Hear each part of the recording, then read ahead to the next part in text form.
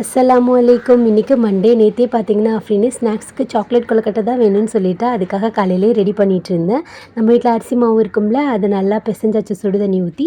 பாப்பாவுக்கு வந்துட்டு தண்ணியில் டீ ஆற வைக்காதீங்கன்னு ஒரு சிஸ்டர் கமெண்ட் பண்ணியிருந்தாங்களா, அதனால கிண்ணத்தில் ஊற்றி ஆற வச்சாச்சு. இன்றைக்கி லஞ்சுக்கு பார்த்தீங்கன்னா இந்த ஸ்வீட் கார்ன் இருக்கும்ல, அது போட்டு தான் சூப்பராக ஒரு புலாவ் ரெடி பண்ணிகிட்டு இருந்தேன். அதே சைக்கிள் கேப்பில் வந்துட்டு இங்கிட்டு சாக்லேட் கொழுக்கட்டையும் ரெடி பண்ணி வச்சுட்டு இருந்தேன். நம்ம வீட்டில் மோல்டெல்லாம் இல்லை, அதனால் கையிலேயே இந்த மாதிரி பண்ணி ரெடி பண்ணியாச்சு.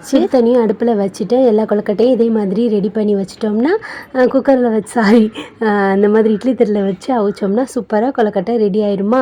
கொழுக்கட்டை வந்துட்டு நல்லா வேகிறதுக்குள்ளே தேங்காய், பொரிக்கடலை, நாட்டு சக்கரை போட்டு ஒரு பூர்ணம் ரெடி பண்ணி வச்சுக்கிட்டேன். நெக்ஸ்ட்டு கொழுக்கட்டைக்காக பாப்பாவுக்கு வந்து கொழுக்கட்டை ரெடி ஆயிடுச்சு. அதையும் ஸ்நாக்ஸ் பாக்ஸில் பேக் பண்ணியாச்சு. இங்கிட்டு பார்த்தீங்கன்னா ஸ்வீட் கார்ன் புலாவ் வந்து சூப்பராக ரெடி ஆகிடுச்சு. இது கிட்ஸ்க்கெலாம் ரொம்ப பிடிக்கும். கண்டிப்பாக ட்ரை பண்ணி பாருங்கள். டேஸ்ட்டுமே சூப்பராக இருக்கும்.